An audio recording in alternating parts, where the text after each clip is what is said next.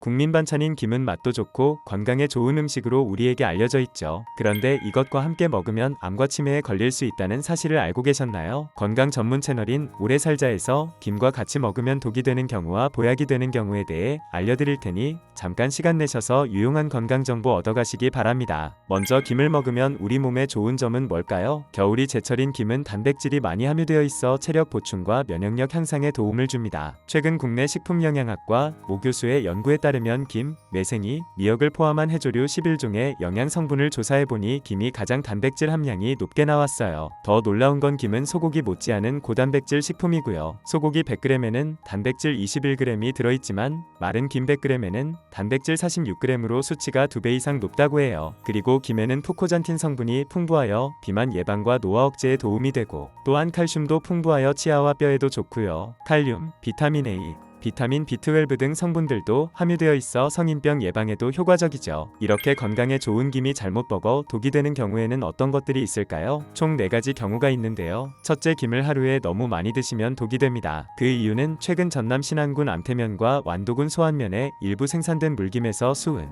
납, 카드뮴 등 중금속들이 검출되었기 때문이에요. 주요 원인은 바다에 버려지는 각종 산업 폐수로 인한 해양 오염으로 추측되고요. 이런 오염 물질들은 해조류에 흡수되고 축적이 되어 문제가 되는데요. 이러한 중금속이 들어있는 해조류를 다량 섭취하여 체내에 많이 쌓이게 되면 뇌졸중, 심장질환, 신경퇴행성 질환, 만성질환, 치매와 암 등 다양한 질병들이 걸리기 쉬워집니다. 그렇다면 김을 하루에 얼마 정도 먹어야 되는 걸까요? 김의 하루 섭취량은 한입 크기로 된 김일 경우에 10장 정도 드시면 되고요. A4 용지 크기는 2장을 권장드려요. 하지만 개인차가 존재하므로 섭취한 이후 몸 상태를 확인해가며 양을 조절하여 드시면 됩니다. 둘째, 김이랑 도토리묵과 함께 먹으면 독이 됩니다. 그 이유는 도토리에 함유된 탄닌 성분 때문인데요. 도토리묵을 먹으면 떫은 맛이 살짝 느껴지는데 그게 바로 탄닌이에요. 이러한 탄닌은 항산화 효과와 항염증 작용이 강해 건강에 도움을 주지만 김의 철분과 만나게 되면 탄닌철이라는 결합물로 바뀌고요. 문제는 바로 탄닌철은 인체에 흡수되지 않고 그대로 배출되면서 우리 몸에 있던 철분이 빼앗겨 빈혈이나 변비를 유발시키기 때문이에요. 게다가 철분이 부족하면 기억력 감소로 인해 치매로 연결되고 혈중 미오글로빈 수치가 낮아져 몸에 염증이 생기는 악영향을 줍니다. 그럼 식당에서 도토리 묵사발을 먹을 때 김가루가 뿌려져 나와서 같이 먹은 적이 있는데 이런 경우에는 건강에 안 좋은 것이 아니냐 걱정되는 분들이 있으실 텐데요. 결론은 걱정하시지 않으셔도 됩니다. 그 이유는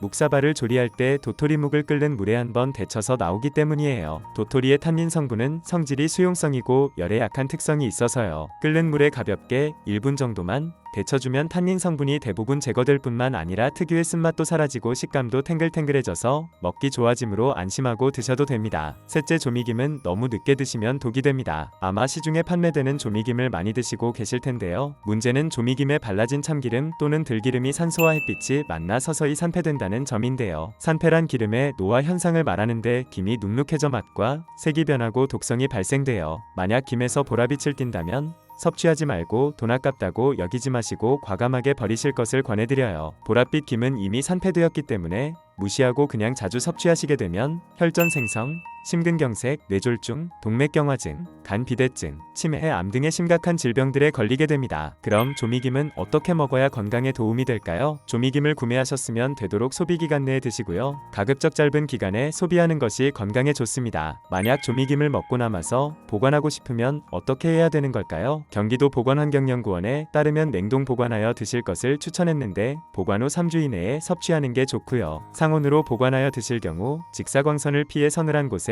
두고 일주일 이내에 섭취하실 것을 권했습니다. 정 보관하는 게 번거로우시면 조미김이 아닌 마른 김으로 드실 것을 추천드려요. 마른 김은 칼로리도 적고 몸속 지방이 쌓이는 걸 막아주어 다이어트 효과도 있고요. 김의 더 깊은 맛을 느끼실 수 있습니다. 넷째, 김은 갑상선이 안 좋으신 분들께 독이 됩니다. 갑상선은 목 앞부분의 목젖 아래에 있는데 호르몬을 분비해 우리 몸의 에너지와 밸런스를 조절하는 역할을 해요. 왜 갑상선이 안 좋으신 분들이 김을 드실 때 주의해야 할까요? 김에는 요오드 성분이 많이 함유되었기 때문이에요. 만약 갑상선에 문제가 있으신 분들이 김을 많이 먹게 되면 요오드 성분이 체내에 많아져 갑상선 기능 저하증, 갑상선염 또는 갑상선암에 걸리게 됩니다. 일본의 한 의학 논문에 따르면 김 같은 해조류를 매일 먹는 사람이 주 2회 이하로 섭취하는 사람보다 갑상선암의 발생 위험이 3.8배 높았다고 하고요. 그리고 어느 20대 젊은 일본 여성의 사례로 다이어트를 위해 해조류 간식을 많이 먹었는데 갑자기 갑상선 기능 저하증이 생겼다고 합니다. 걱정이 되어 식단 관리로 해조류 간식을 잠시 끊었는데 다시 갑상선 기능이 정상적으로 회복된 사례가 있었어요. 그럼 갑상선이 걱정되시는 분들은 어떻게 먹으면 좋을까요? 국내 내분비내과 의학 교수에 의하면 우리나라의 경우 여러 형태로 요오드들을 많이 섭취하고 있기 때문에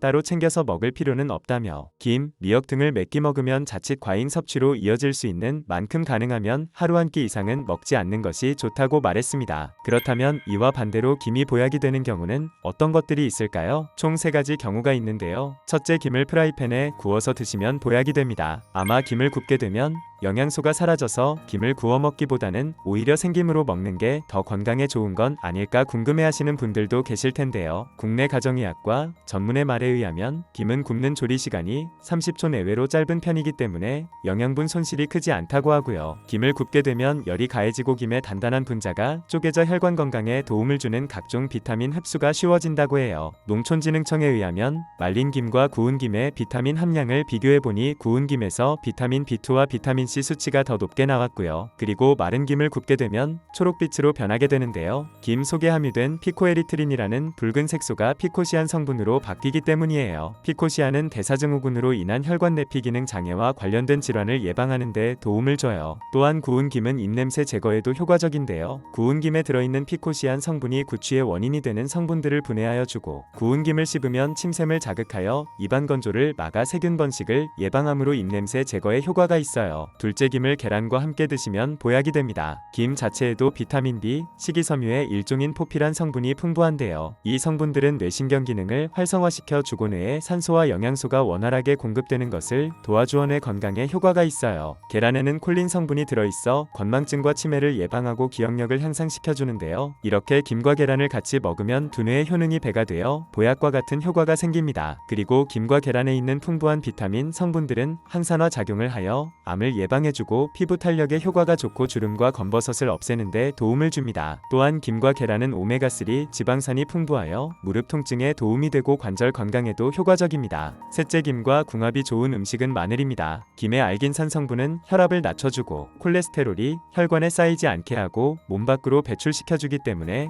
고혈압, 고지혈증과 동맥경화와 같은 혈관 질환 예방에 효과가 있는데요. 이러한 김을 마늘과 같이 먹게 되면 혈관에 보약과 같은 효과가 생깁니다. 마늘의 알리신은 혈당과 혈압 수치를 감소해주고 혈액순환의 조화 혈전의 생성을 막아주는데 혈관 효능을 배로 올려주어 보약과 같은 효과가 됩니다. 그리고 마늘은 미국 국립암연구소에 의하면 암 예방 효과가 있는 48개 식품 중 마늘을 첫 번째로 선정할 정도로 훌륭한 항암 식품이에요. 생마늘을 그냥 먹으면 매운데 어떻게 김이랑 같이 맛있게 먹을 수 있을까요? 김 무침에 마늘을 송송 썰어 함께 드셔도 되고요. 초절인 마늘을 얇게 썰어 마늘 양념장을 만들어서 김과 함께 드시면 좋습니다. 셋째, 김과 두부를 함께 먹으면 보약이 됩니다. 김은 칼슘 함량이 높은 음식인데요. 김의 칼슘 함유량은 100g당 490mg으로 우유 100g당 110mg보다 4배 이상 높아요. 이때 김과 두부와 같이 드시면 뼈의 보약과 같은 효과가 생깁니다. 두부의 풍부한 이소플라본 성분이 체내의 칼슘 흡수를 높여주고 새로운 골조직을 생성해주는데 도움을 줍니다. 그리고 김과 두부에는 단백질도 많이 들어있는데요. 최고의 단백질 보충제가 되어주어 나이 들면서 빠지는 근육 감소를 예방해주고 근육이 탄탄해지는 효과가 있습니다. 지금까지 김과 같이 먹으면 독이 되는 경우와 보약이 되는 경우들을 알아보았습니다. 오늘 영상 참고하셔서 올바르고 건강하게 김을 한번 드셔보시는 건 어떨까요? 암과 치매 예방에도 효과적이어서 장수하시는데 큰 도움이 되실 거예요. 영상이 도움이 되셨다면 좋아요와 구독 눌러주세요. 그리고 주변의 소중한 분들께 영상을 SNS에 공유해주세요. 사소하지만 꼭 필요한 건강, 생활 정보를 전달하는 오래 살자였습니다. 오늘도 건강한 하루 되세요. 감사합니다.